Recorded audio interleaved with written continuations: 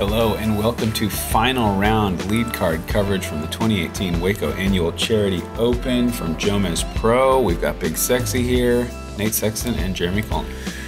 And we have a very tight lead card here.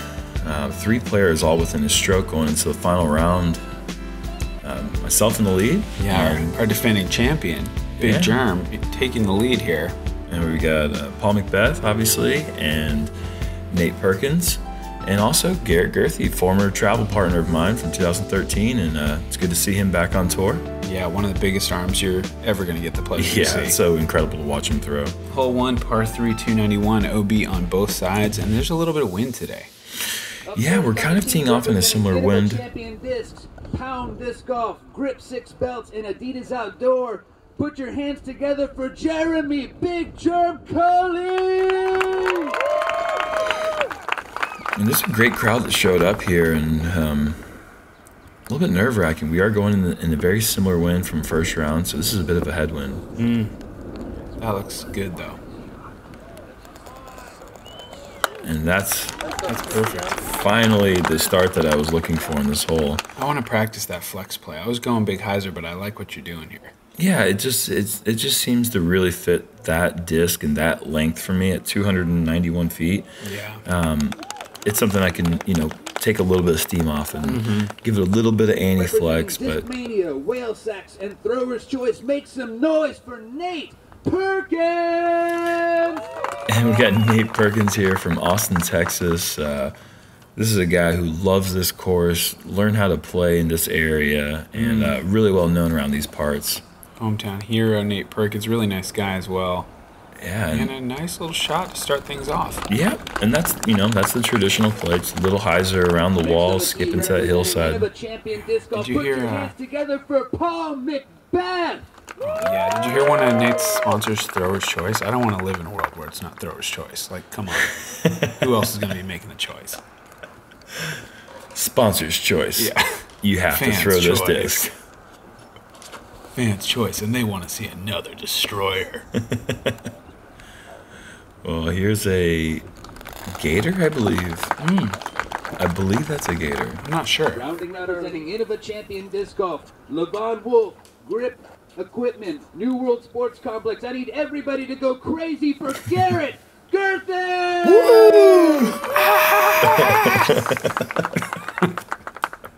We're going crazy. Garrett's rocking one of the cooler haircuts I've seen on tour.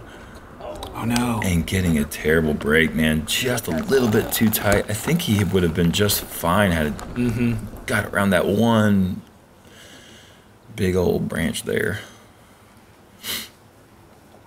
Garrett throwing up to the pin. Throwing his Sonic. Yeah, he loves that Sonic. It's cool to see. One of the few guys that still throws that thing. Nice putt from Paul. Yeah, good tester putt there on the first. And really no signs of the floppy duck from round 1. Hate that duck. Yeah, he killed it. Nice putt from Nate.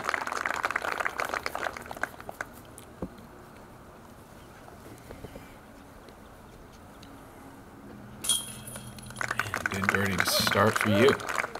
Yeah, it felt nice to have a tap in there. And Garrett in with the only par, and we're off. Hole 2, par 4, 616 feet. OB path on the right side, OB path on the left side late, and there's even some OB deep if you really get crazy. Just looking for a long drive, set you up into this kind of tunnel, have a nice straight 200-foot shot to the green. OB deep?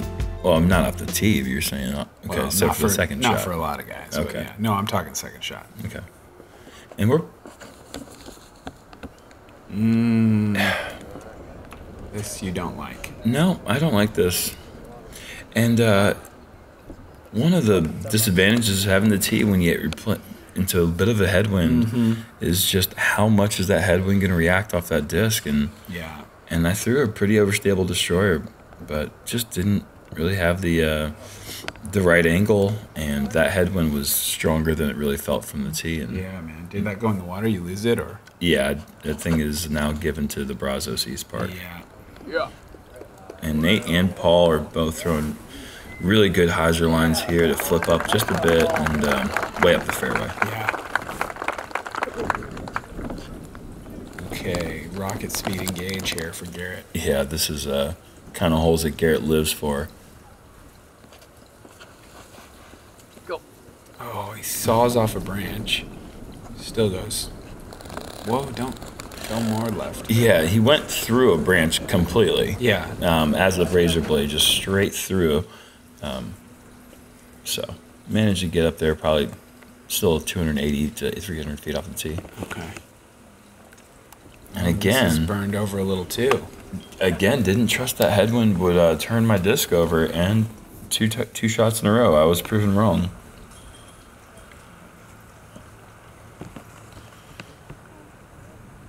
Oh man. That had a lot. That was moving. Yeah, that counterfeited quite a bit. Came back maybe 50, 60 feet off that tree. And here's an opening, little opening early for Nate and Paul, with you looking at a likely 5. Yeah, and that's a good shot there. Let's leave him about 30 feet into the headwind.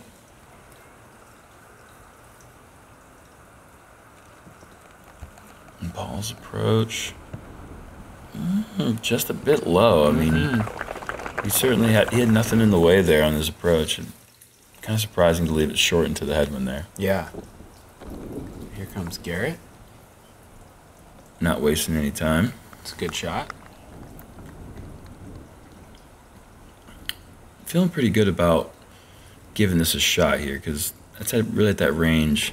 Ooh, it was clean. Yeah. Clean out of the hand. Probably a 70-footer. At least it was. Yeah. Outside 70. circle too. Outside circle too. But that headwind turned the disc over again. Oh man, just barely low for Paul. And if Paul marks his discs, maybe he makes that putt. I think probably same putt with from a little farther forward. As close as you can get to making to not make it. So those guys giving you a little gift there. You gave them something, they gave you something back. You guys are all friendly now. Yeah, it's just like, why don't we just all 3 get tied up at the top? Yeah. Good putt from Garrett.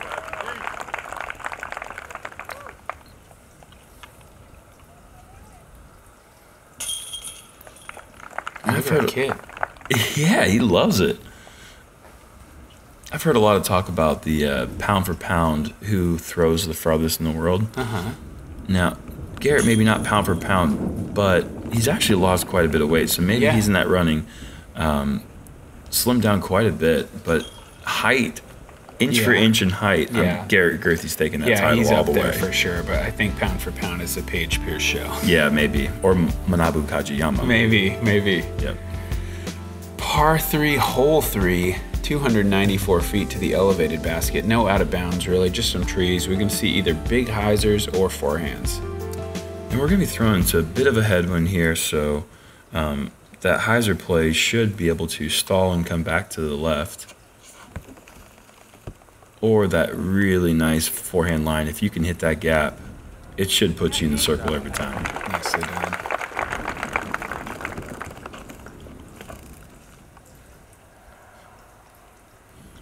Paul with a Firebird. And this one's hung out a little bit wider than I think he'd like. And, really bad roll. He hit that hillside.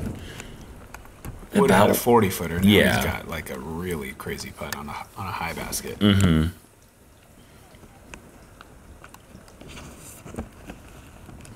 This looks a little better. Still down the bottom though, huh? Not swinging really as much as they would like it to. Not quite getting that skip, and it caught a bit of a branch there. I don't think you could see it there, but just enough. Not a lot wrong with that one. And a good check, and Nice shot. with being a little bit tight there off that one, it's scary because that hillside can get away from you really quick. 63 feet uphill. And wow. Just puts it like it was 15 feet and just cruising. Again, if he marks his disc, that extra 20, 30 centimeters. You might need to talk to him. I know. And 2 good bids from outside the circle. Both coming up just a bit short here, and with Nate being parked, this is pretty important. And that's my first inside the circle miss in 2 rounds. Wow, that's good. That part's bad, but the part before it was good. Yeah. I liked it before when there was 0 missed putts inside the circle, but Nate there with the Captain Stabbin putting style. Nice, taking the lead.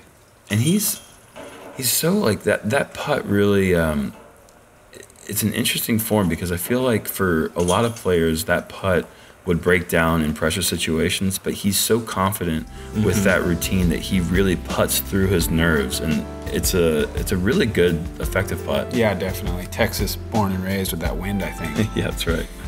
Par 4, hole 4, 441 feet, super technical. Bends left first. That's where you want to land the disc, just slightly left, and then you have a chance to go back right towards this green, but the green is pretty treacherous, opening up to the water.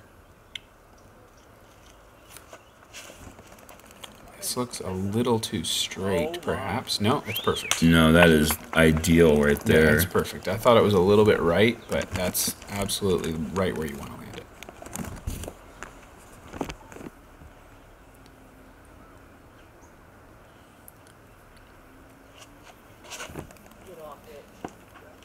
Oh, man. And it never ceases to amaze me when Paul throws a shot and he messes up, how instantly he knows exactly what the mistake is. And Garrett that is a bad break. Kick. Nasty. If that just stays in the woods even, you can at least step in there and maybe make a play. Yeah. From where he is on that right side, not a lot to be done. And that had already gone around the corner, so we kind of thought I thought at least that was going to be perfect too. Yeah. He's going to have enough turn. Nope. Did it hit the giant tree? It hit the giant trees. I called that the BAT, the bat. I don't get it yet. Yeah, it's the big something tree. Yes. Now I know what you were talking about.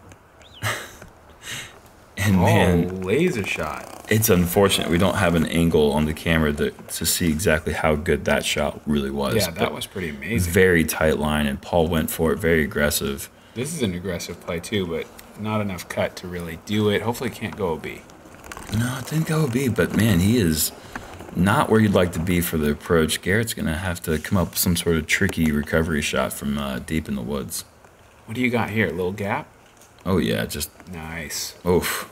Great shot there. Good rotation on that. I love throwing 43 feet.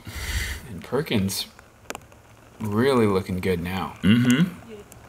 Oh, the one tree you can't hit. And he told me that skinny tree got in the way 2 different times. Oh, I'm not surprised. It's in the perfect spot. As soon as you relax about that tree, you hit it. Jeremy Koling. What on earth have you done to yourself? Your mom does a good impression of you. She came out and wrote it down. Jeremy Koling, what on earth have you done? It almost sounded exactly like you. And Garrett, very interesting shot here. Throws a Scooby Thumber flip shot. Nice. Thumber grip, but from down low to high. I like that. Very interesting play. And a bit of a scary run there, but I felt like I could not miss that one. Yeah. Or I couldn't avoid running out, yeah. But another bogey I'm going to be taking here.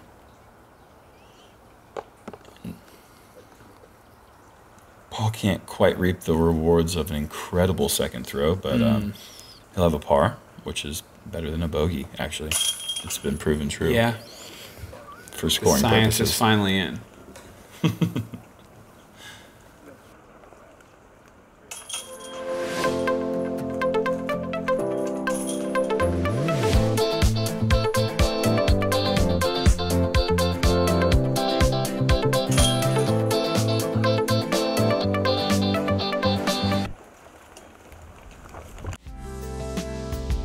Hole 5, par 3, 264 uphill.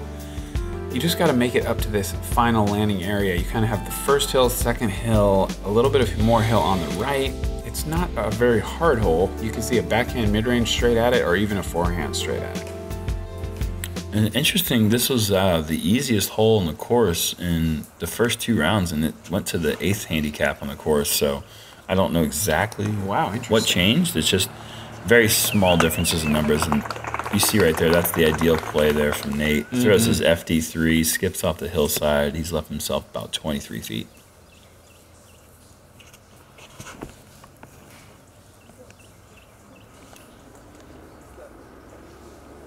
And nice Paul shot. kind of shrugged his shoulders like, what the heck, when he hit that tree there. But that's well inside the circle. Yeah. This is not likely to make the circle. A little early release. He's going to have to lay up from there. And that's a color glow rock 3 that Garrett really likes to throw, just a little bit early on that release.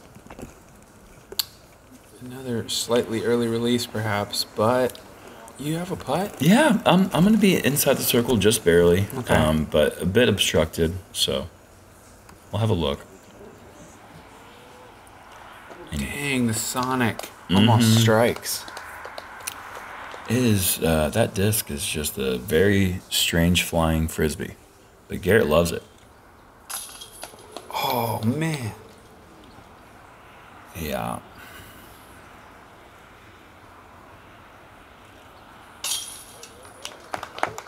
And Paul, I believe, was there all 3 rounds, right in the same spot, and cashes the putt all 3 times. And well, one of them was outside the circle. I remember first round. Yeah, you're right. And Nate's in for his birdie, and wow, that 1-stroke lead over Nate has turned into a 3-shot deficit real quick. And give me a sense of Jerome Koling panic level at this. It's pretty high at this point. So far, I've got 2 bogeys. I felt like this putt was a really good putt on the right side, and it just didn't quite grab. Yeah. And things are just feeling a little bit strange. A lot of round left, though, clearly. So, yeah. Hole 6, par 3, 267, moving down to the right. This one, again, backhand mid-range or a forehand driver. The real key is just to not take that big skip into the rough.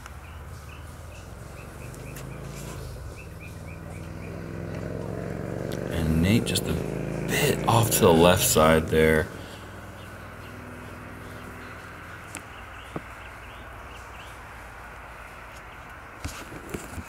And this is money-looking shot right here. Just carved down the middle of the fairway. Ooh, and a nice little stopper. Yeah. Sweet. It seemed like he was maybe even trying to run that a little bit. At that speed, that did not look like a Paul McBeth laying up for birdie speed. Oh, this is really nice, too. And that's that color glow rock 3. The same pace, same speed as Paul's, just didn't quite get the same love off the bush. He's going to have a little bit harder putt, but both are within the circle. You're going mid-range? Yep, going with the glow recon. I just held onto my hand a little bit long, and another missed shot there. And these holes that just seem so easy the first 2 rounds, and now they're not seeming quite so easy. Yeah. And I was kind of trying to tap into that Simon from last year who hit that crazy highlight putt from about that same distance, maybe even a little bit longer. But I'm not Simon. Well, that was a good looking run. And there's a great putt around the branches. Yeah, that's a putt that maybe he has an advantage on with that hyzer putt that he liked so much. Had to straddle out a little bit, and nice birdie putt. That was great. And speaking of Simon, we got to kind of give him a little bit of a, I don't know, a participation award. Man, the poor guy. I mean, as most of the hardcore fans will know, I mean, caught in a traffic jam where his car did not move for an hour. Yeah. Could not get out, missed his tee time. By the time he was turned around from where he was stuck for 2 hours, it took him 10 minutes to get back to his hotel. So stupid. So it was a really bad break for Simon Lizotte during the second round. So Hole we 7, see Simon. Yeah, hole 7, par 4, 462 feet. You got to get out of the gap and make the Mando. So you have to go down this first tunnel. The play is either like a mid-range layup and then across the ravine, or you do what Paul's about to do here and you play for eagle. That's not looking like an eagle line. That is inside and too high and deep in the woods. And for this distance, I don't know if I buy 462 for a minute, but I think that it really draws you into throwing higher than you'd like. Mm-hmm. It doesn't require, you need to actually throw a very low ceiling shot. Mm-hmm. And Garrett has thrown just about as good as you can throw a back in. Yeah, it feels more like 415. I was really, yeah, exactly. I'd agree with that. And Nate kind of surprised me with the backhand play there. He's such a good forehand turnover driver thrower that this shot, I mean, he's got the distance, I think, to give himself a look. And I'm feeling like, you know, this is the play here. Yeah. Aggressive low with a driver. This looks, that was looking great. I loved every single bit of it until the very last second. I really thought I got past that low ceiling. Yeah. Still making a run at it. Yeah, just that MD. Just a little low. Mm-hmm. And that approach is, that's a good side for me personally to be on that side, to throw the little flip up around. Yes. I feel like the straighter shot's actually harder. For me as well. Mm-hmm. Paul pitches out. And unable to match the heroics yesterday when he was in a similar spot and managed to get down to the circle. Yeah. It's a pretty good shot from Nate. Yeah, good hyzer putter approach there, and there you see it on the bottom of the hillside there. Paul going for the putting world record. And again, narrowly misses it. Looks like Wysocki will hold on to it for now. I don't know. His putt from Australia last year might be the record. That's true. That might be the record. And Garrett with a sonic boom approach. Nice putt from Nate.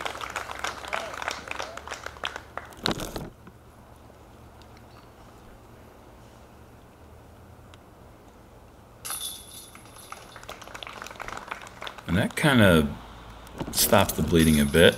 It had been a 5-hole birdie drought from hole 1, so it was nice to get back on the board. Definitely. Hole 8, par 3, 213 feet, our shortest hole on the course. This one is just dead straight, but it's got a pretty good slope on the right side. So if you're coming in forehand and you take a big skip, you might be out of the circle pretty quick. And this came in at the 4th handicap. So this was the 4th hardest hole in the course. What's the average? 2.91, so under par, but for the shortest hole in the course, it's pretty crazy that it would be that. Whoa. Yeah. Average that much. That must be good. I birdied it every time. Wow, you are good. You're the U.S. champion, dude. I guess you're right. And Nate's just a bit early on that release. He was throwing a S-line MD2 that was the same exact color, same exact stamp as the one that I threw, so I had to show him how to do it. It wasn't the disc's fault. You're proving it. Yep. Whoa. And could it work? Kick of the Year award. Yes, it is. Wow, great. Kick of the Year right there. I mean, that early trouble there, anything can happen. Good for it. Exactly. I mean, anything early is danger, danger, Will Robinson. Yeah. And wow. Nicely. That was pretty scary. I was thinking that might roll. Mm-hmm. Coming with that hillside on that hard packed ground, that is tough to throw that soft of an approach. And as much as I like to see Garrett throw that sonic, I think he's probably feeling like it's been a few too many times already. Well, and those things break easy, so it's like you don't even want to throw it if you don't have to. Yeah. And that is taking advantage of a gift break right there. Mm-hmm. And you have to do that. Mm-hmm. Sometimes on those putts, I'm telling myself in my head, if you miss this, you got lucky for no reason. Like, come on now. You have to make this. All right, so 21 feet. Wow. And, I mean, like, when you miss a putt like that, does it ever not roll? It probably just has to roll. That was in the middle, though. It was middle and it was low and not a great putt, but just, I'd say middle left, to be fair. Pretty ugly little quasi spit out. You though. Stay in. I am not happy. No, I bet not. I'm not happy about that one. I just felt like maybe the disc golf world was out to get me at this point, but it's just me not throwing the shots I need to. But that thing was in, right? I mean, come on. I feel like it was. I want a slow motion replay. Not a NoMez. I feel like it needs a SloMez NoMez. Hole 9, par 5, 519 feet down the skinniest tunnel there ever was. You got to reach the very bottom past all these trees to have an eagle play. But it's there. I mean, if you can throw it 300 and not hit anything, which I've never seen anyone do, if you can do that, I have seen some people do it in practice, this guy specifically, but I haven't seen myself do it. But if you can do it, you have a pretty easy eagle. Yeah. And I don't know if he got a little bit of tree love or not, but I mean, that's just... This is 100% laced. Yeah. And from there, he's not 200. Maybe the best drive I've ever seen on the hole.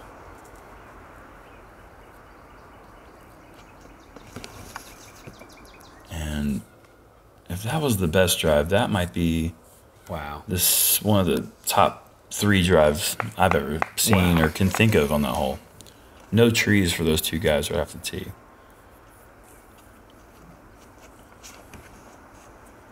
Nate's going for the left side gap here, and pretty nice shot. I love all the different approaches in disc golf because, like, I know, speaking for me and I think for you too, imagining grabbing a T-bird and just lacing this with a backhand sounds like the most insane play. Oh, this is money.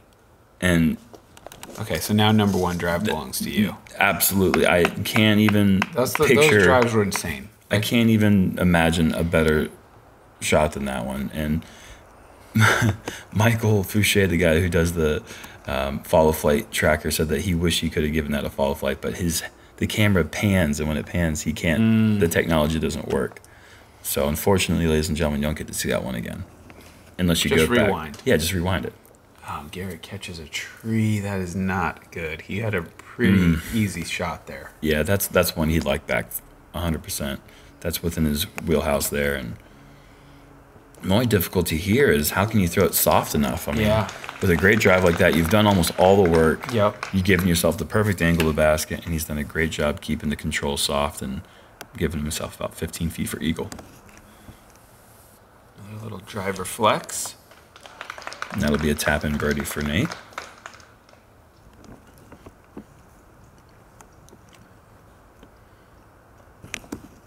And again, it's just like, great shot. How can you throw it soft enough? I mean, at that point, it was really just about not blowing past the basket. Quick shout out to Johnny McRae on this hole. He hits a tree. Okay. He kind of like pitches up.